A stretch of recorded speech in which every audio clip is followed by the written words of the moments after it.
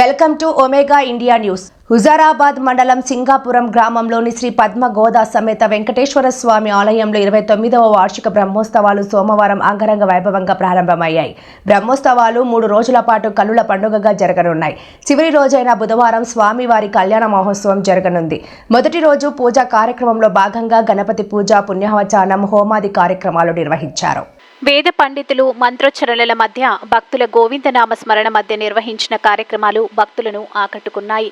బ్రహ్మోత్సవాలను పురస్కరించుకుని దేవాలయాన్ని పూలమాలలతో సుందరంగా అలంకరించారు. అలాగే ఉత్సవ మూర్తులను స్వామివారి అమ్మవారికి ప్రత్యేక అలంకరణలు చేశారు. భక్తుల గోవిందనామ స్మరణ మధ్య ఉత్సవ మూర్తులను రథంలో ఊరేగించారు. బుధవారం ఉదయం జరిగే కళ్యాణోత్సవ కార్యక్రమానికి భక్తులకు ఎలాంటి ఇబ్బందులు కలగకుండా ప్రత్యేక ఏర్పాట్లు చేస్తున్నామని ఆలయ కార్యదర్శి, మాజీ శాసనసభ్యులు వడితల సతీష్ కుమార్ తెలిపారు.